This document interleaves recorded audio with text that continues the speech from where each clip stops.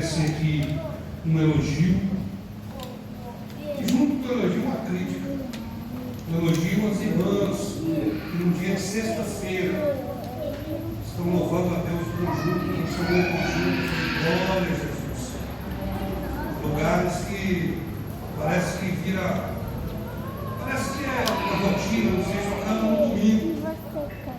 Louva a Deus que a Assembleia de Deus, as irmãs louvam na sexta, se precisar louva na terça, se precisar louva na quarta. Oh Deus!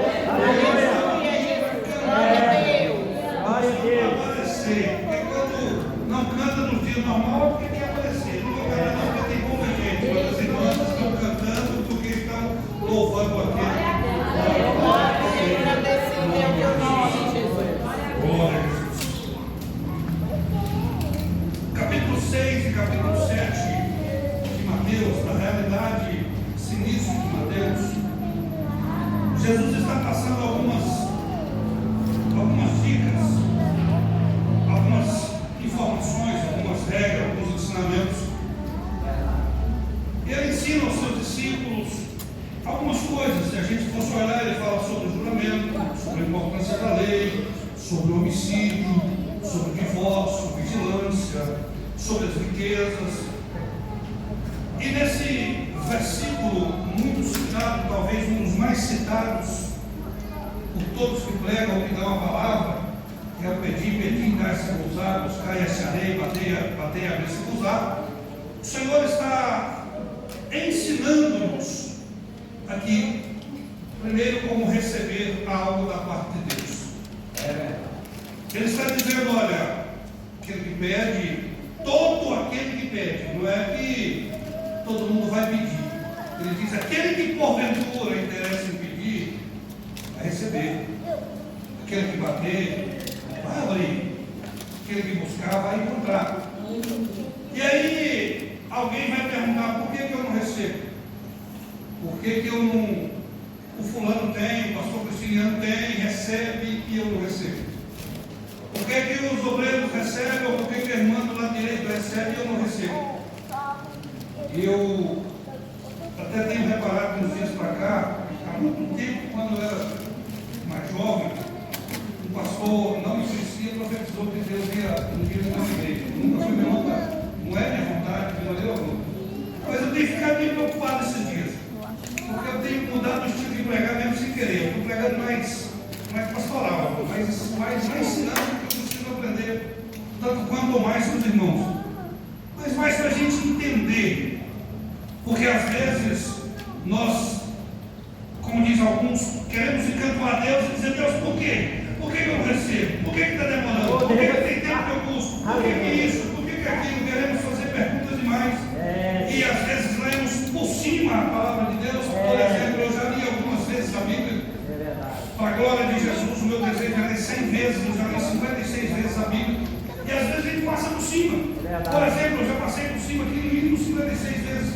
E hoje, dentro do meu quartinho em casa, eu fui ler esse versículo e vim entender que aqui está a chave para nós receber de Deus aquilo que pedimos, ou aquilo que procuramos, aquilo que queremos, aquilo que almejamos. Nesse versículo que o irmão escolheu, através de Deus, claro, que Deus colocou no coração, nesse versículo tem pelo menos 3 passos, 3 coisas, o porquê às vezes não recebemos, ou também porque a partir de agora iremos mudar e passar a receber. Pelo menos 3 coisas eu vi. Primeiro, no subtítulo aí, onde está escrito que Jesus estava explicando sobre a oração. Se os irmãos for reparar, o versículo diz, aquele que pede. Como é que você pede, irmão? Para o seu patrão, você pede, chega diante dele na mesa e pede. Para o seu pai, você pede, chega pessoalmente. E para Deus, como é que se pede? O subtítulo já diz, oração. Se quer algo da parte de Deus, precisamos orar. Se queremos algo da parte de Deus, e oração é uma coisa tão séria, que a Bíblia vai dizer o verbo orar 146 vezes dentro da Bíblia. Orações, o verbo orações, a palavra orações, 27 vezes. Orando 25 vezes. Orou, 59 vezes, e o verbo orar é escrito na Bíblia 370 vezes. Existem 650 orações na Bíblia, que é a média de 450 a mais que foram respondidas. Tanto que é importante oração. O que é oração? Segundo o nosso dicionário, oração é um palavreado, é uma prosa, é uma conversa com uma divindade. Claro, no nosso caso é conversa com Deus, é diálogo com Deus. Nós precisamos mudar um pouco o pensamento sobre a oração. Quando nós oramos, muitos de nós já começamos errado, porque a gente dobra o joelho com medo. Vou falar com Deus, e aí, tratamos oração como algo. Oração, irmão, nada mais é do que um diálogo com o seu Pai. Oração nada mais é que você está chamando Ele e dizendo: eu costumo, às vezes, quando a gente está naquela peleja, eu ajoelho lá em casa, assim, eu tenho um sofá no meu quartinho onde eu leio, e tem alguns cadernos, livros, a Bíblia, e quando eu estou meio arrochado, a coisa está feia, eu tiro os livros e ajoelho e falo: Pai, senta aqui perto de mim, eu preciso falar com o Senhor. Nós precisamos entender que oração não é só eu dobrar o joelho, não é só ritual. Oração é você estar conversando diretamente com o Rei dos Reis, o Senhor do Senhor, o seu Pai, o seu amigo, aquele que tudo pode. Se nós dessemos mais valor à oração, nós teríamos mais milagres. Não que não tenha, tem milagre.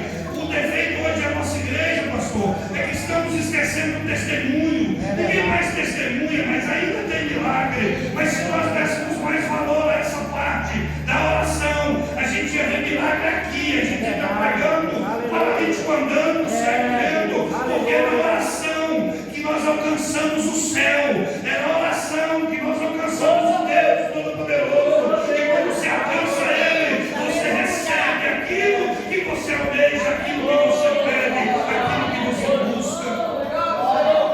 Nós precisamos entender que a oração é uma das partes mais importantes do relacionamento com Deus, porque na oração você está conversando. Oração é diálogo, oração não é uma coisa programada. Eu vou escrever no papel, vou gravar no áudio.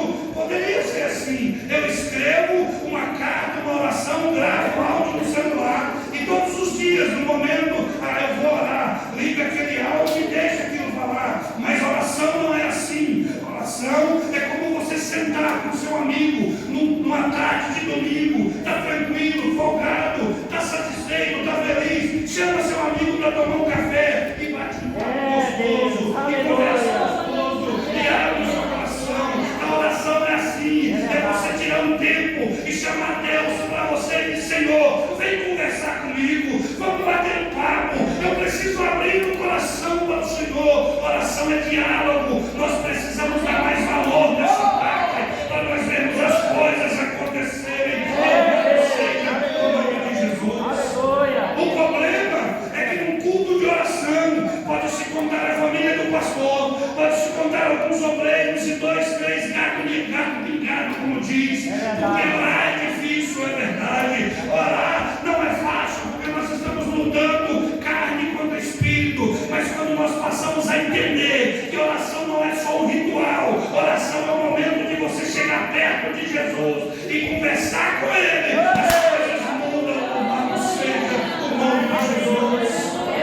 Não há nada melhor do que um dia cansativo, foi luta, você chega arrebentado, você chega que nós somos carne, irmão. Nós chegamos nervosos em casa, nós chegamos atribulados às vezes, mas aí a gente entra no lugar de oração e vai conversar com Jesus. É a mesma coisa de sentir alguém passar a mão no seu cabelo, vai te fazer um chamego. Daqui a pouco você sai dali e já não lembra do problema, porque quando você vai orar, você está dizendo: meu amigo, escute, eu preciso desabafar. Louvado seja o nome de Jesus.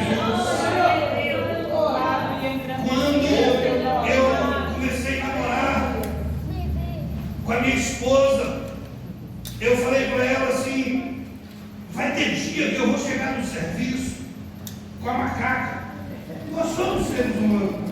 Vai ter dia que eu vou chegar naquele negócio, quando eu entrar para dentro e for direto para o meu quartinho, não se preocupe, não é nada com você, não é nada aqui em casa. Deixa eu entrar lá, 10 minutinhos eu saio de lá sorrindo. Eu faço isso hoje, às vezes você chega nervoso, eu entro para dentro do quarto, ela fica sem entender que eu passo calado, eu dobro o joelho e vou pedir ajuda ao meu pai, ao meu amigo, na intimidade. Eu saio dali cantando hino, porque já não lembro mais, porque a oração te coloca mais perto de Deus, a oração te aproxima mais de Deus. Louvado seja o nome de Jesus.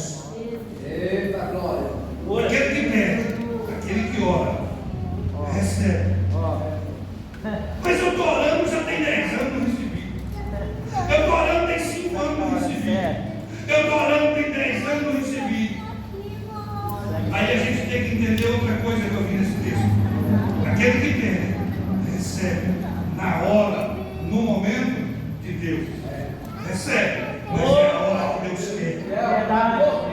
E aí, irmão, defeito é que nós não queremos esperar a hora de Deus, porque nós acostumamos com fast food, pedir agora e já está pronto. A gente quer dobrar os joelhos e já levantar a cabeça, e às vezes Deus vai falar, não é no seu tempo, é no meu tempo, vai chegar, mas é na hora que eu quiser. Por quê? Porque no tempo de Deus é bem melhor do que o nosso tempo. No momento de Deus é bem melhor do que o seu momento. Louvado seja o nome de Jesus. João capítulo 11 vai contar a história de Rico e Lázaro, do Lázaro, amigo de Jesus. Ele estava doente, mandaram chamar Jesus. Ele não foi. Depois de 4 dias estava morto. Jesus ressuscitou. Se Jesus vai no começo, era um milagre, era menor, era só uma cura. Mas passaram-se 4 dias, ele estava doente. O ressuscitamento de Lázaro foi uma das maiores maravilhas daquele tempo. Todos os lugares falaram desse dia. Por quê? Porque ele chegou no tempo, na hora dele. E ele sabia que na hora dele era melhor. Louvado seja o nome de Jesus. Não se preocupe, não está demorando. Ah, não, Deus está preparando a minha bênção. Mentira, Deus está preparando você. A bênção já está pronta. É nós que às vezes não estamos preparados para receber. Quer ver? Gênesis capítulo de número 40, versículo 23, que é o último versículo, e Gênesis 41, versículo 1. No 23 vai dizer assim: e o copeiro esqueceu-se de José. O primeiro versículo do capítulo 41 vai falar assim: e passaram-se 2 anos, o rei sonhou um sonho. O que tem isso a ver? Tem, irmão. José, os irmãos conhecem a história, foi preso injustamente, na oportunidade de sair. Deus revelou para ele o sonho do copeiro, e o copeiro era íntimo do rei. Ele disse: agora é minha hora, vai rezar para o rei, me soltar, eu estou aqui injusto, e eu tenho para mim que se aquele copeiro chega no rei e fala, o rei soltava ele. Mas naquela hora que a Bíblia fala assim, ele esqueceu-se de José. Eu me atrevo, não vou pôr na Bíblia, mas eu me atrevi a dizer, e Deus fez ele esquecer de José. Mas por quê? Ficou preso mais 2 anos. Pois é, irmão, se ele sai na hora dele, ele voltava para os seus parentes e ia continuar cuidando de ovelha. Deus falou: espera mais um pouquinho, espera mais 2 anos, porque eu preciso de um governador no Egito. E aí daqui 2 anos eu te tiro, em vez de ser cuidador de ovelha, você vai ser governador do Egito. Por isso ele saiu, esperou 2 anos, pareceu ruim, mas quando ele saiu de lá, ele viveu para ser governador daquele povo, porque os planos, o projeto e o tempo de Deus é melhor do que o seu, é melhor do que o meu. Não está demorando, é Deus que está dizendo: é no meu tempo, o milagre é maior,